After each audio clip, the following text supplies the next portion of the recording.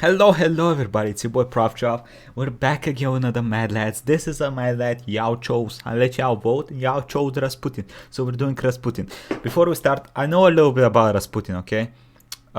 Slept with the Queen of Russia, right?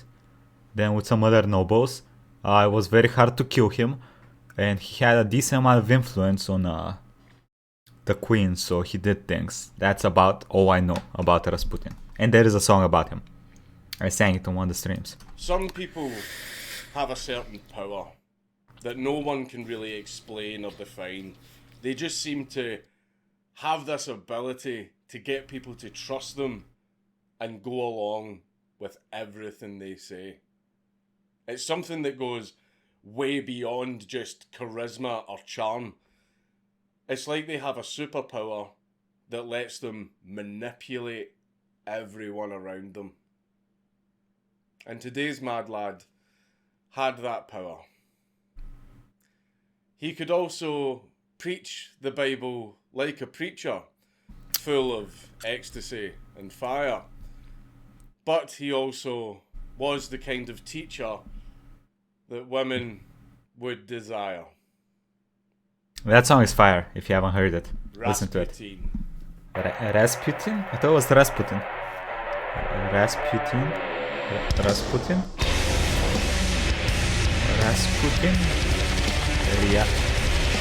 Rasputin? Rasputin? Whatever. Doesn't matter, he's dead anyway. Okay? Doesn't matter.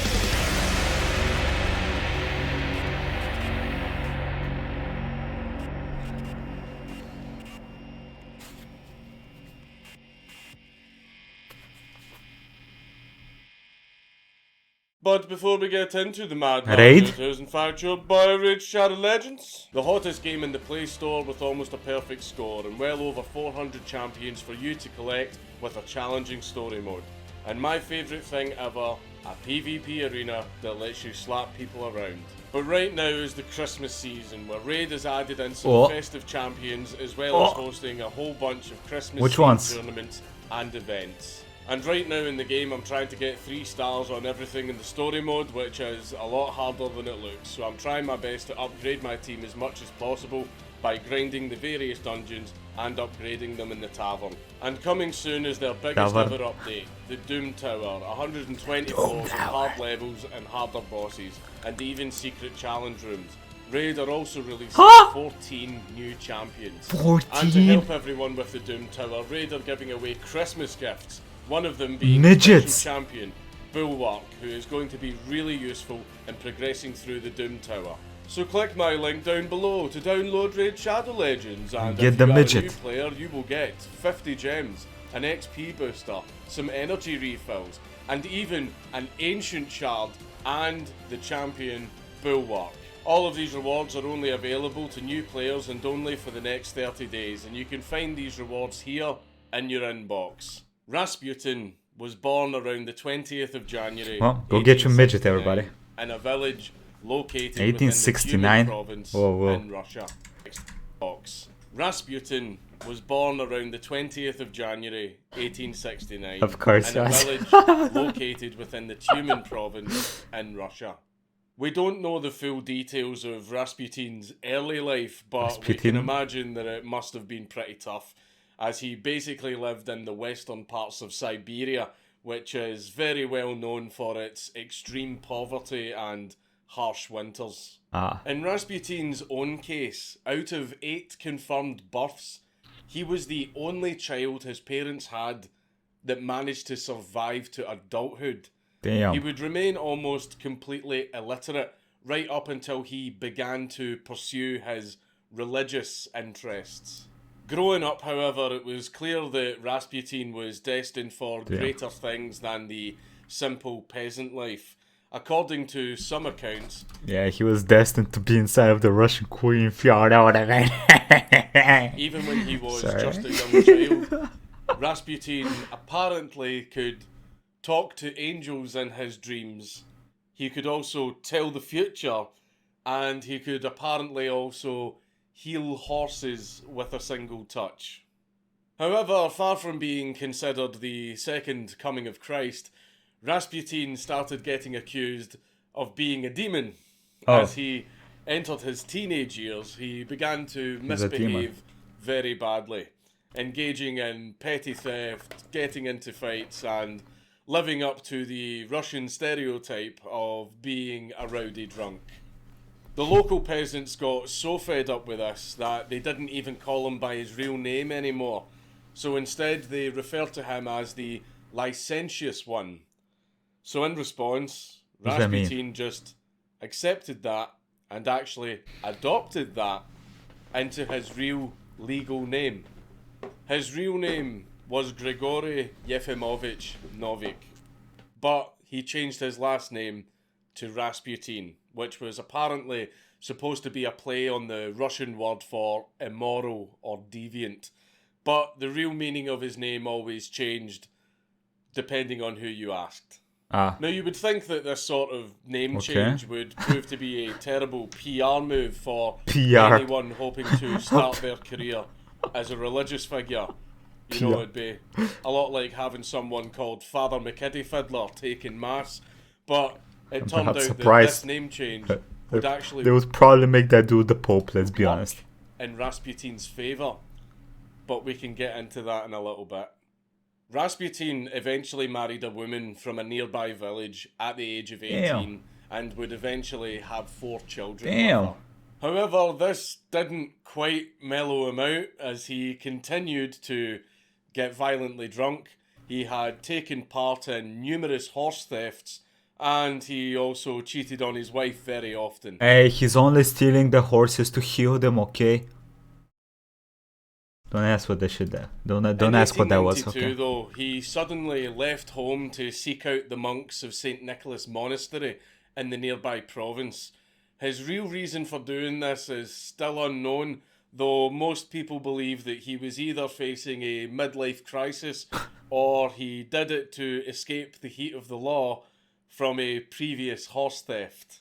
He was also rumoured to have frequently met with an unknown holy man of some kind who would have sparked Rasputin's interest in pursuing a more spiritual lifestyle. After In yoinking any the case, horses, of course. when Rasputin reached the monastery, he began to properly study the tenets of Orthodox Christianity, and he finally learned to read and write to a proficient standard. More importantly, it was here that Rasputin met a holy man called Makyri, who was formerly a spiritual advisor to the Tsar himself, and he Damn. offered to take... By the way, do you all like how much the dudes on the left, like the 3 dudes on the left, look alike? Then their boy Rasputin. Like, my god. take Rasputin under his wing. As well as taking part in study and worship, Rasputin would embark on long pilgrimages to prominent holy sites within Orthodox culture, and he also preached in nearby villages and towns in rural Russia. However, this wasn't just a simple hike around the country. Monks embarking on such pilgrimages would refuse to bathe and groom, and they would wear shackles to increase the pain they felt during their long journey. This was believed to purge sin from the soul, and it would represent the stage of holiness that one had reached. This is why Rasputin would always appear very rugged in any pictures he appeared I knew that the church was a BDSM dungeon all along. This is all you need to know now. in, and he would continue to bathe infrequently, even at the height of his power. His pilgrimages were said to have taken him through the Balkans and even as far as Jerusalem. It was during these So he must have journeys passed through that Bulgaria then. Rasputin would go Interesting. on to develop some of his more infamous habits. As he traversed through the Siberian forest so frequently, it was said that he would eventually bump into a heretical sect known as the Khlysty, who resided there. The Khlysty rejected the use of holy books and the religious hierarchy of the church, and they would usually meet in their own secluded spots after attending normal services. Okay. They believed that the only way to become saved was to purge the sin from their bodies. Oh And their no. way 1 second. Okay, I had some water. I need to prepare before this. Let's purge all our sins now, everybody. Purge us. of achieving this was to take part in rituals, which included getting Sex? high on self-asphyxiation, speaking in tongues, and choke? singing and dancing so rapidly that they would knock themselves out. After waking back up, they would Interesting. then take part in a massive orgy, Of which course. was said to release their pent-up desires. With I'm the sure it act of did. intercourse Hey, I'm sure that's not the only thing they released. If y'all know what I from the mean. body. Intercourse also releases a lot of other things from the body, but let's at least try and get this video monetized. Now, none of that sounds very holy. No, it does not. Not at all. But Not even a little bit. Nope. Flailing around in the forest like a madman and then taking part in an orgy does not sound very Bible of you. Nope. But the excuse that these guys made to have a good time was that if a person had undertaken a massive amount of sin, they would experience a massive spiritual climax from repenting to God the climax. afterwards. So basically, the bigger the sin, the holier you became after repenting. Hey, the bigger the cock, the more the cum. The bigger the sin. I don't know what I was going. Oh with. yeah, right there. I'm about to repent. This could be a possible explanation as to why Rasputin kept his new last name, as it would demonstrate how holy he had become After compared being a to degenerate. what he was like before he turned to religion. Interesting. Although it's never been confirmed whether Rasputin ever actually belonged to the Khlysty, it's typically agreed that he had adopted many of their beliefs and practices. This could also Like the explain why orgies. he never adopted any formal religious title within the Orthodox Church. Rasputin would eventually return home after 3 years of study, with friends and family commenting on how much he had changed from the experience. He had also amassed a small group of followers around this time, mainly coming from nearby towns and villages. They would even use Rasputin's basement to take part in the Cleansing. holy orgies that Rasputin obviously enjoyed a lot. Obviously. Despite Rasputin's wife and kids often being in the house just upstairs Wait, while the why didn't they join? Surely. while the holy orgies Why not were cleanse the going on. kids? Rasputin would even go as far as to give his female followers nicknames such no. as Hot Stuff, Sexy Girl, and Boss Lady. Hey, you won't want to get them mixed Despite up, right? all of this going on, his wife would be absolutely dedicated to him until her death. What? In fact, when she was referring to Rasputin's manhood, she was reported to have said that there was enough for all. Jeez, damn. He must have had the fattest of cocks then. Yes, Impressive. another one of the things most well known about Rasputin. Yeah, is, fat cock. How do Say I it. say this without getting Fat cock. demonetized? Come on. Say it. He also had a Pringles can. Now these That's one way to say it. activities weren't received so well by everyone else in the area. A local priest in Rasputin's village had actually caught wind of what he was doing in his basement with the other villagers, and that priest was in the process of launching an inquiry into Rasputin, led by a Inquiry? bishop for the local area.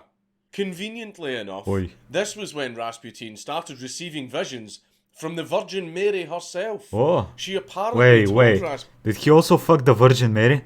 Is Mary not a virgin? Rasputin, what did you do?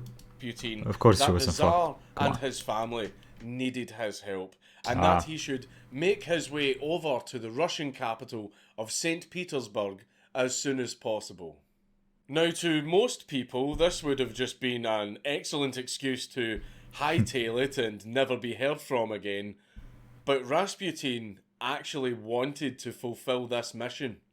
Up until this point, Rasputin had managed to use his connections with his old mentor to demonstrate his healing abilities to lower nobles.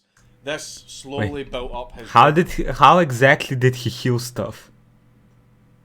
I mean, I would not know, but I don't think having a fat, thick cock gives you healing powers, okay? Reputation within the St. Petersburg. Unless the horses were suffering from some kind of blockages in the pipes. I don't understand. Upon hearing of Rasputin's visions, Macquarie had written a letter to the head of the St. Petersburg Religious Academy, requesting that Rasputin be welcomed there as a guest. This was accepted, and Rasputin would eventually make his way to St. Petersburg in 1904.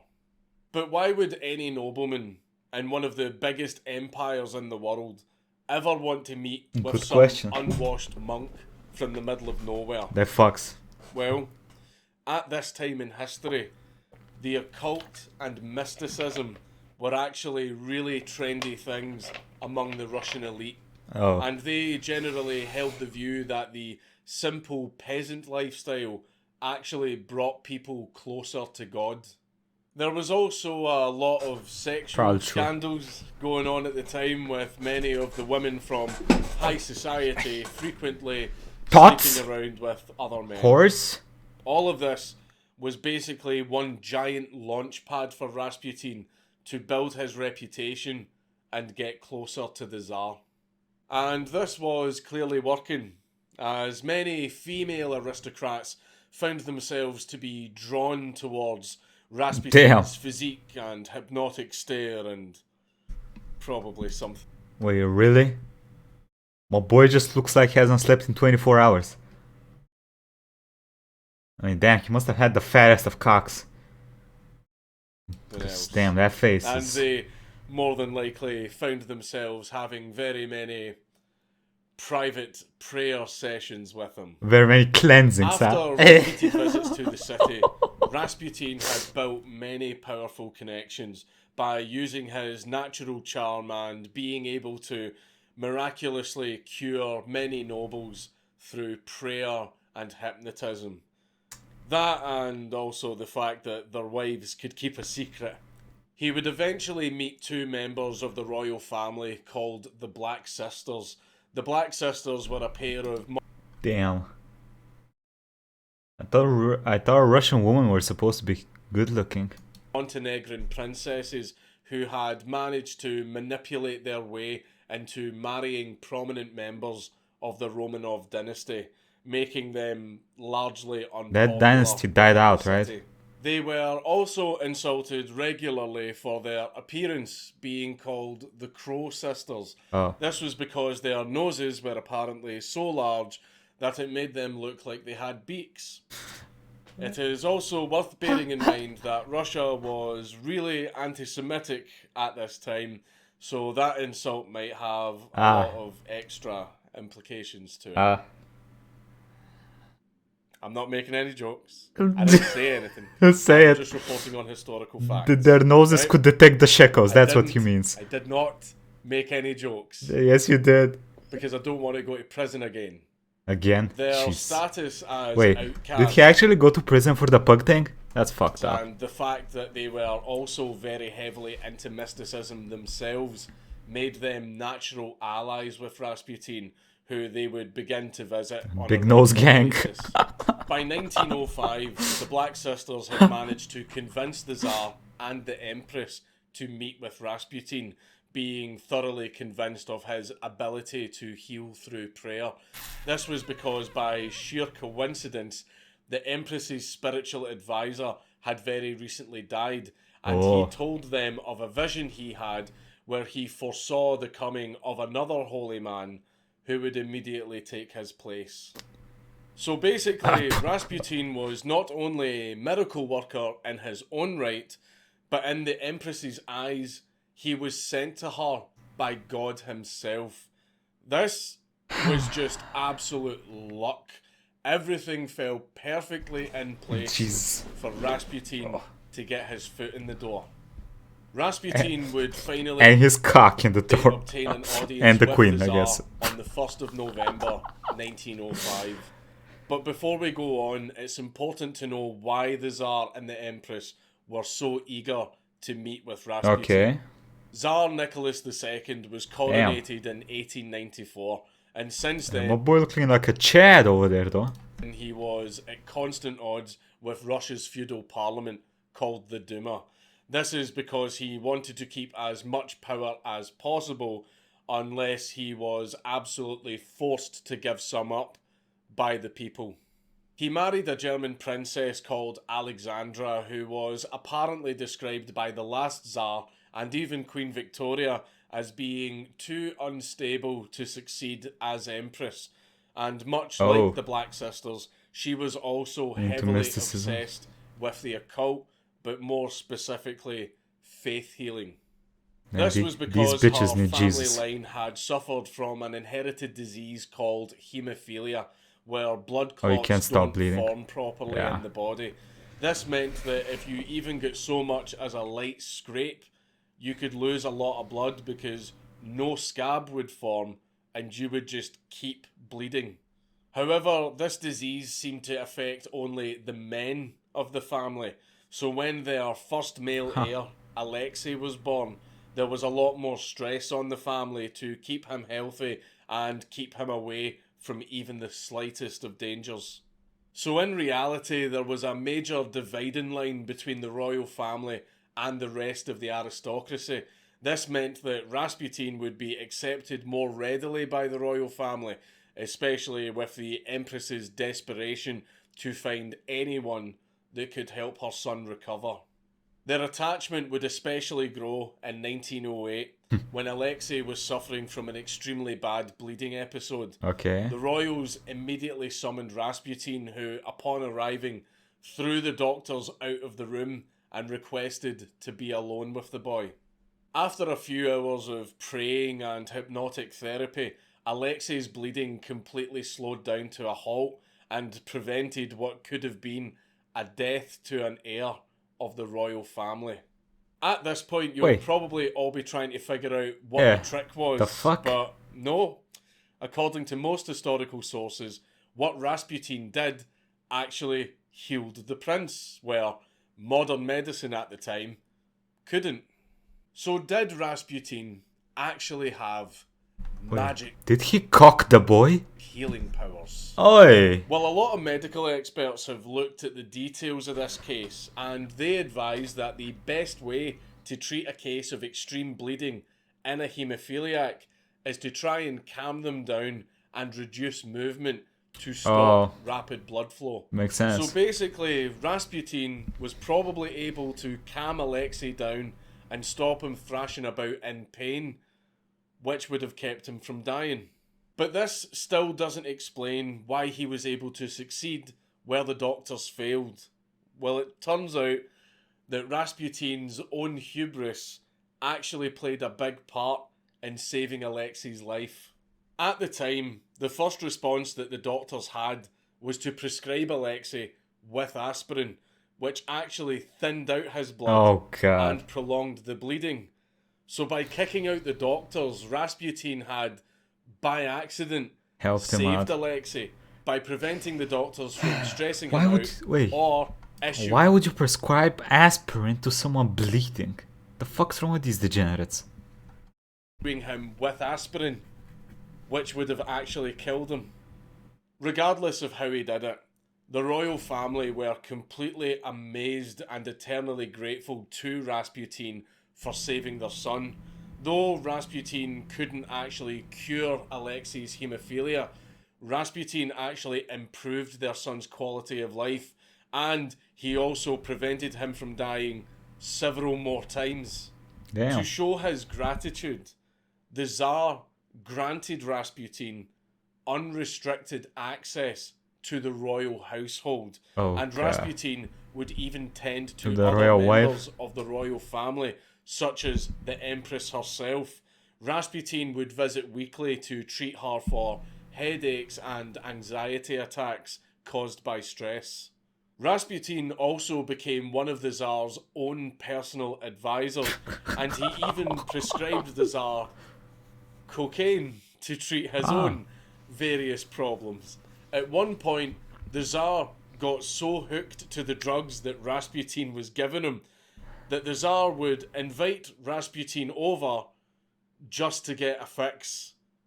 So Rasputin He made the basically Tsar. became the Russian king's drug dealer. He made The the Tsar an relationship addict. between the royals and Rasputin eventually got so close that Rasputin started calling the Tsar and his wife Papa and Mama.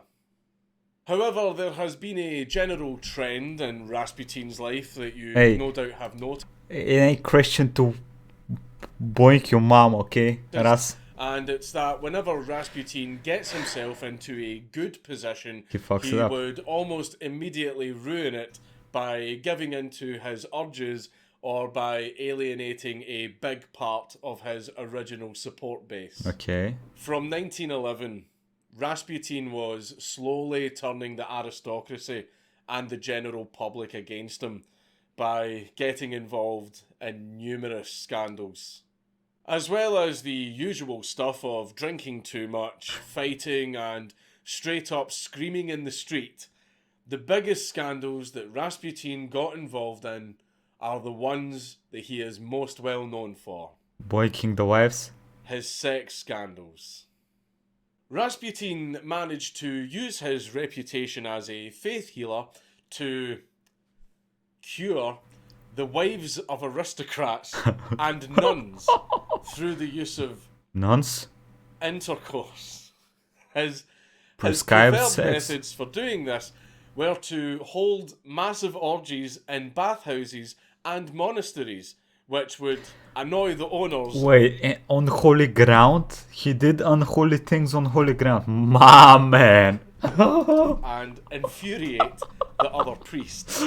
Another interesting fact is that even though Rasputin was in a literal bathhouse, he would still refuse to actually bathe. How? So most of the time he would come out smelling far Come out. worse than before he went in. Rasputin would also claim in multiple drunken rants that he had sex with the Empress herself. And this has since become a very popular talking point and rumour when it comes to Rasputin. And it was even in the very popular Boney M song, Ra Ra Rasputin, lover of the Russian Queen. But there's actually not been any evidence to back that up. Whoa, okay. Unlike What would the evidence be? You find the cum in the room, you're like, most of the aristocracy, the royal family were known for being ultra conservative when it came to sex, especially the Empress, who has been described as being extremely prudish.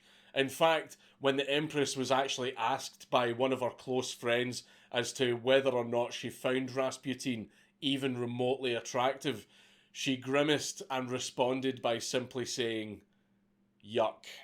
I mean, fair enough. There are a lot of reasons. Hey, listen. Can you imagine this? Some dude walks in from the forest, never washed himself in 20 years, had sex every day for like 20 years. I mean, smells probably. As to why this rumour has been accepted pretty much as fact in popular culture.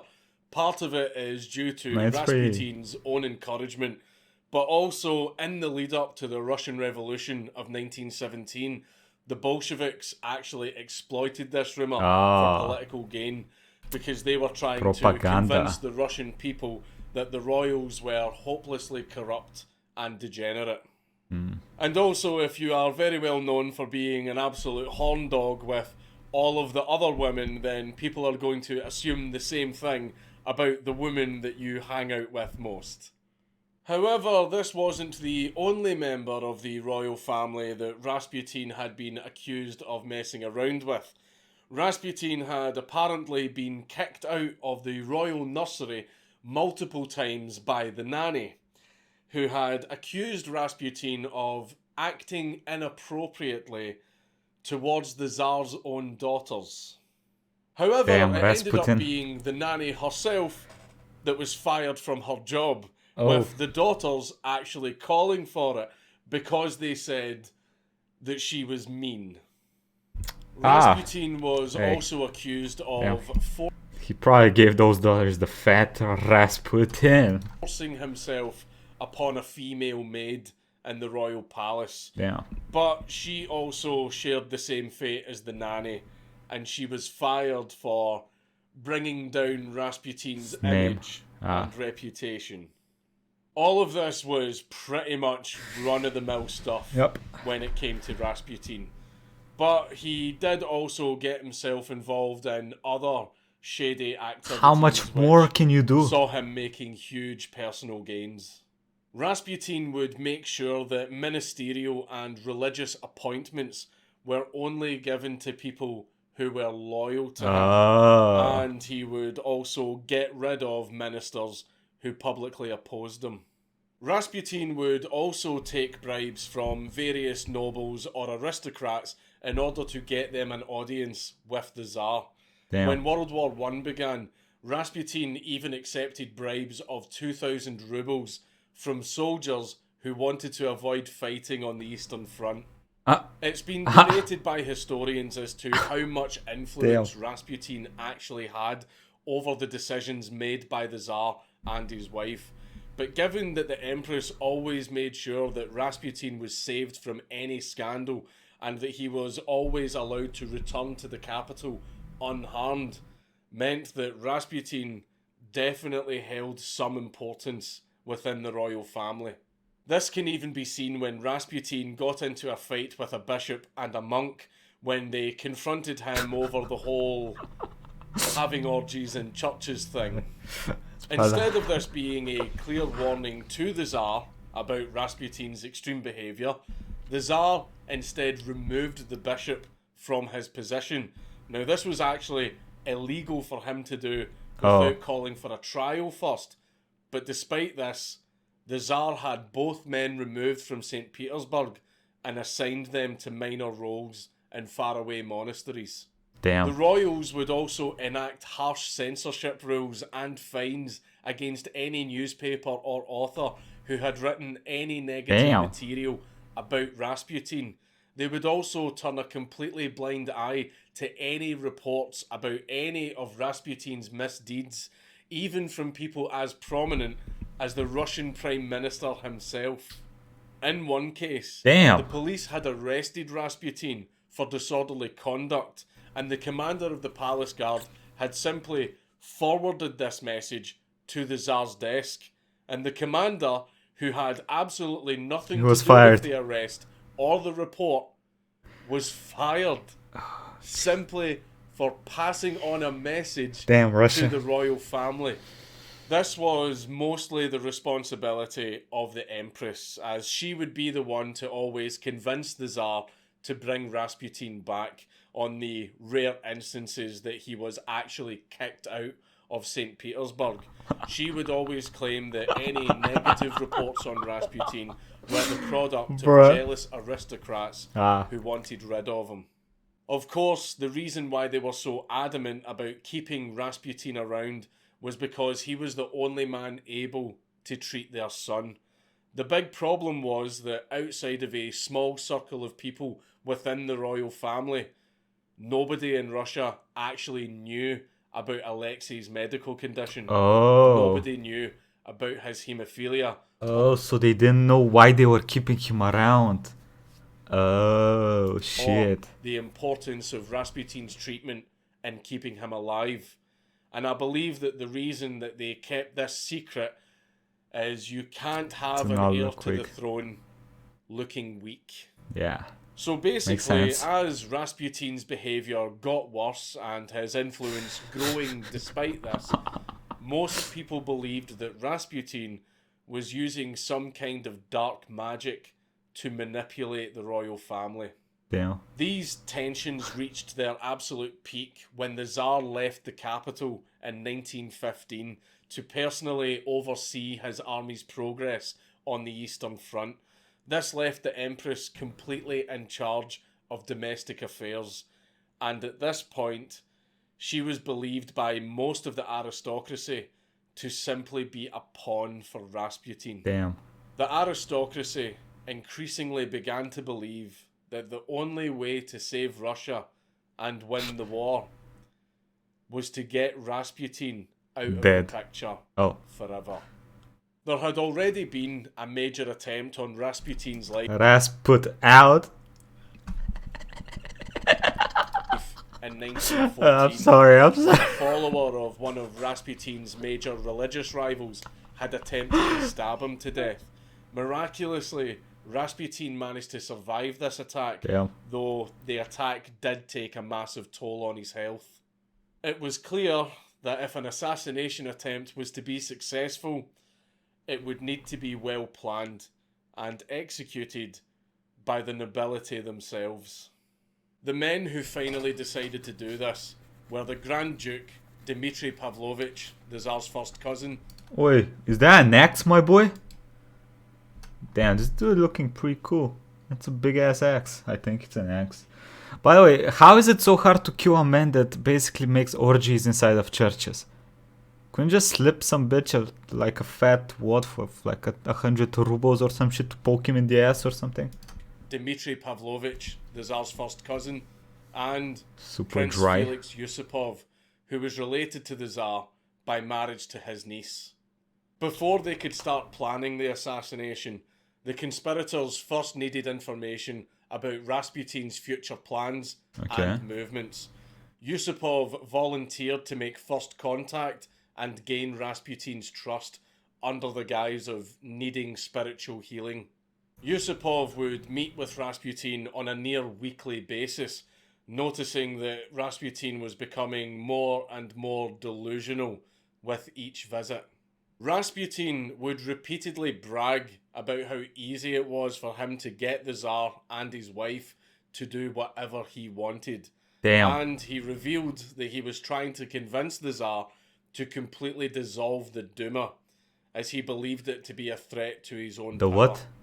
Yusupov's cause for alarm that he was trying to convince the Tsar to completely dissolve the Duma, as he believed it to be a threat to his own power. Yusupov's cause for alarm grew even more when he learned that Rasputin was thoroughly against the war with Germany. Rasputin also revealed that he wanted the Duma abolished so that the Tsar could declare a state of emergency, so that the Tsar could then use his executive powers to arrange a peace treaty and end the war. We take it for granted that Russia's entry into World War I became unpopular by 1917, but by 1916 it was actually one of the most publicly popular decisions the Tsar had made. So what Rasputin said was just more evidence to Yusupov that Rasputin was acting against Russia's interests. Importantly for Yusupov and his plans for the assassination, Rasputin identified the members of government who were unconditionally loyal to him. He even offered to make Yusupov a minister himself, which, though he declined, Yusupov took this as a useful indicator to know that he had gained Rasputin's complete trust. After reporting back what he had learned to his fellow conspirators, they began the process of amassing support from prominent members of the government and planning out the assassination in detail. They ruled out a public assassination or killing him in his flat, as this would open them up to prosecution by the Empress, and it may have caused a riot in the city, which would go against their intention of bringing stability to the empire. They agreed that Yusupov would invite Rasputin over to his estate under the pretense of Yusupov's wife requiring his treatment. During his visit, Yusupov would feed Rasputin food laced with cyanide, which would hopefully kill him. It was agreed that some of the conspirators would remain nearby so they could help Yusupov if the plan went south. With the plan agreed, Yusupov arranged for Rasputin to visit his estate on the 29th of December 1916. Yusupov had also made sure that his wife took a holiday in the Crimea so that Rasputin definitely wouldn't be getting his hands on her. Before Rasputin's visit, Yusupov decided to convert his cellar into a guest room. This was so the murder would be out of sight from any of his servants, and it would also deprive Rasputin of any escape routes in the event of a struggle. Smart. Yusupov also got a doctor to lace some of Rasputin's favourite cakes, wine and tea with cyanide. He had to do this moments before he arrived, otherwise the poison wouldn't be potent enough to kill him. The rest of the conspirators would be upstairs playing music to give the impression that Yusupov's wife was entertaining guests prior to meeting Rasputin. This was also so Yusupov had some background noise to help calm his nerves. So with everything in place, Yusupov collected Rasputin at around midnight and brought him down into the converted cellar. Rasputin initially refused to eat anything for over an hour, which really got Yusupov sweating. Yusupov was actually so nervous that when Rasputin finally asked for some tea and cakes, Yusupov handed him some biscuits that weren't even poisoned. But eventually, Rasputin had actually eaten all of the food, including the poisoned food. However, apart from feeling and looking a bit tired... I mean, they did say that they need to poison it immediately, right? So, an hour passed. Rasputin showed absolutely no signs of dying. becoming sick due to the poison. The conspirators were becoming incredibly impatient at this point and began making some noise upstairs. Yusupov excused himself, explaining to Rasputin that his wife's guests were probably leaving and he wanted to take the opportunity to see them off home.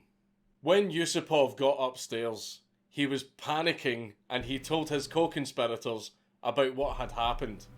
Rasputin had actually eaten all of the poisoned food, yet he was alive. absolutely fine.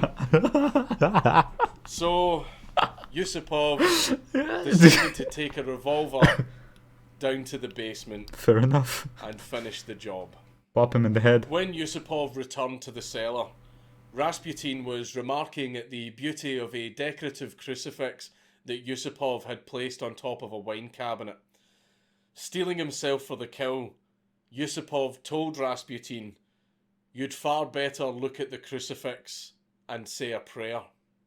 Upon seeing Yusupov pointing a gun at him, Rasputin initially hesitated, but finally began to kneel down, with his head lowered and his hands raised. Yusupov silently raised his revolver and aimed at the one place he knew would kill Rasputin instantly. The dick. The heart. Oh. And after finally steadying Fair his enough. hand and his nerves, Wait, why not shoot him in the head though? a single round. Rasputin let out a bellowing cry, and after a moment of writhing around on the floor, he had finally collapsed and ceased to move. Yusupov had finally done it. He had killed Rasputin Or had he? and saved Russia. After the doctor had checked Rasputin's body and confirmed his death, the conspirators had agreed that 3 of them should drive back over to Rasputin's flat, with one of them dressed in some monk's clothing. This was to simulate dropping Rasputin off back at his flat, just in case they were followed by the secret police. Yusupov and a fellow conspirator would wait for their return, and then they would dump Rasputin's body in a nearby river. Whilst waiting on their return, however, Yusupov had developed a great sense of unease and wanted to check back on Rasputin's body. After descending down the stairs, he found Rasputin on the floor, untouched, since being inspected by the doctor. Okay. Suddenly, Rasputin's eyes flicked open and he leapt upon Yusupov, screaming and attempting to strangle him. Yusupov managed to finally shake Rasputin off and rushed upstairs, Oi. shouting for help. Bro. After returning to the cellar, Yusupov realised that Rasputin had broken through one of the doors leading into the courtyard. So Yusupov's accomplice began to chase Rasputin down, and he took out his own revolver and shot Rasputin another 4 times. 4? Oh, This time, Jesus. killing him for good. The other conspirators he? had finally returned, and after loading Rasputin's body into their car, They made him into they Swiss threw cheese. his remains into the Neva River at Petrovsky Island. When news of the assassination went public, Yusupov and his fellow conspirators managed to avoid official prosecution, though the Empress made sure to keep all of them under house arrest, as although she couldn't prove it, she had knew. a feeling that they were behind it. Regardless, the immediate reaction from the aristocracy and the people of Russia alike Big happy? was a sense of celebration. They genuinely believed that the main influence over the Tsar's poor decision making was gone, and that things would only get better from here. Rasputin's frozen body was eventually recovered from the Neva River, and it was buried shortly afterwards. However, the authorities then dug his body back up and cremated it. Some say that they did this out of fear that Rasputin was going to rise from the dead and seek vengeance against them. There are many different stories and theories around Rasputin's death. Some say that he was also mercilessly beaten with chains. Some say that he was given arsenic as well as the cyanide. And some people also say that his body was wrapped in a rug before being thrown into the river. And after his body was recovered, there were claw marks inside the rug, showing that he was still alive. Some After people 5 have shots. also said that when Rasputin's body was burned, it sat upright in the fire, causing everyone to run away screaming. Now, that is possible, as Russia's cold winters slow down the decomposition of bodies, so Rasputin's muscles would have still could have been flexed. intact. And when you burn muscles, they contract, which makes bodies sit upright. I didn't know that. There is nothing to confirm that any of these things actually happened. Although Rasputin was a very hard man to kill, a lot of the stories around his death have been greatly exaggerated. But after all of that, you would think that that would be the end of Rasputin's influence. Well, what happened to the kid, though? Like, the only reason the kid was alive is because the doctors were not giving him aspirin, right? Over the royal family. But no? But even after his death, he had one last trick to play. Before he died, he had made the following prophecy to the Tsar and his wife. If one of your relations brings upon my death, then none of your family will remain alive for more than 2 years. Damn. They will all be killed by the Russian people. Tell your relatives that I have already paid for them in my blood. I shall be killed.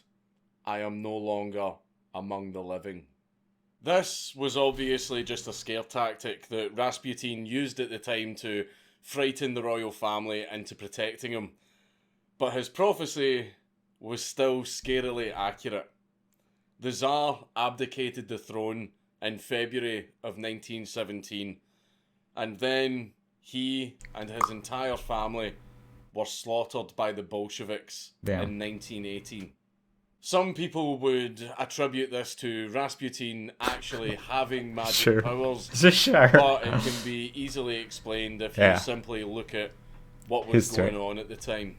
With Rasputin gone and Russia's performance in the war getting worse day by day, the people had no other scapegoat to blame this on except the Tsar himself. So, ironically, in getting rid of Rasputin, the aristocrats didn't actually save Russia, but probably accelerated its collapse due to the people completely losing faith in the monarchy. This resulted in the Bolshevik Revolution and the entire royal family being slaughtered by the Bolsheviks and communism taking over Russia. For the people. By the people. Out of the frying pan into the fire. Yep.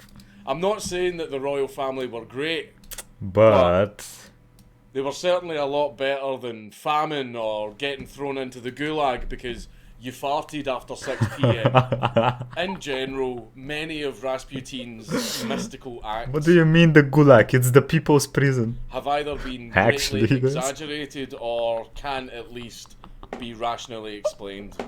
These exaggerations were widely spread due to the propaganda used by pro-Rasputin supporters, ultra-royalists and communist revolutionaries alike in order to suit their own political goals.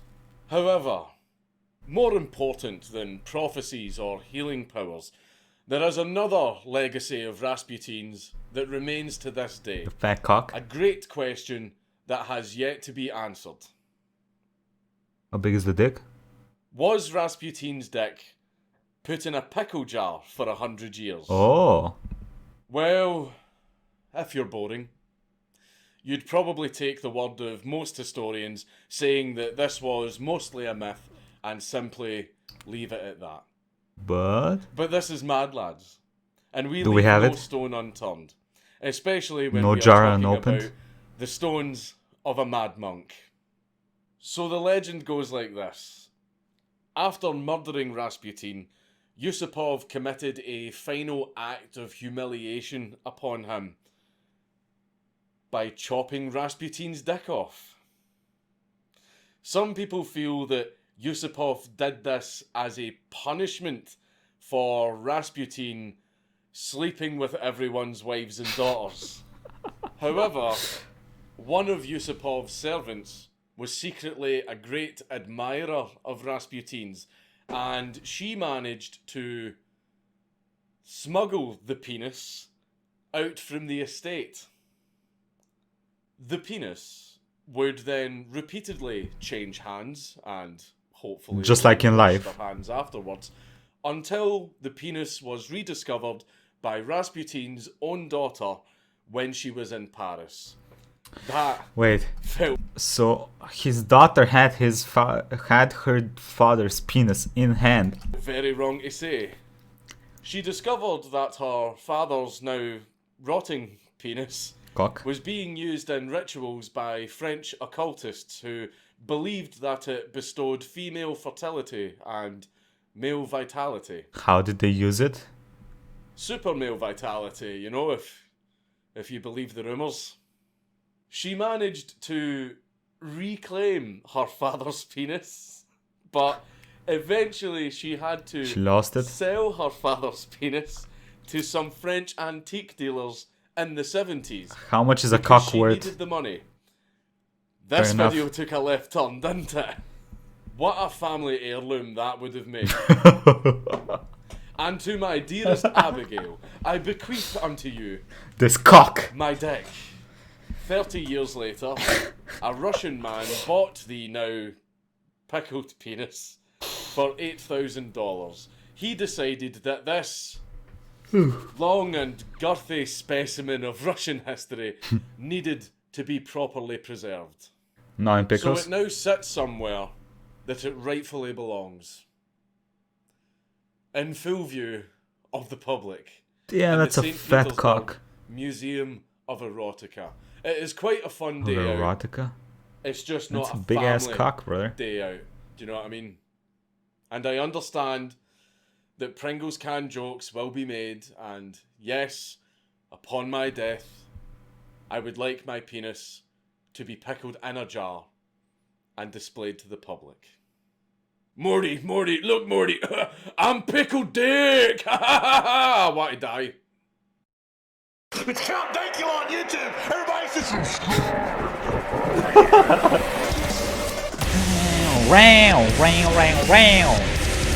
Okay.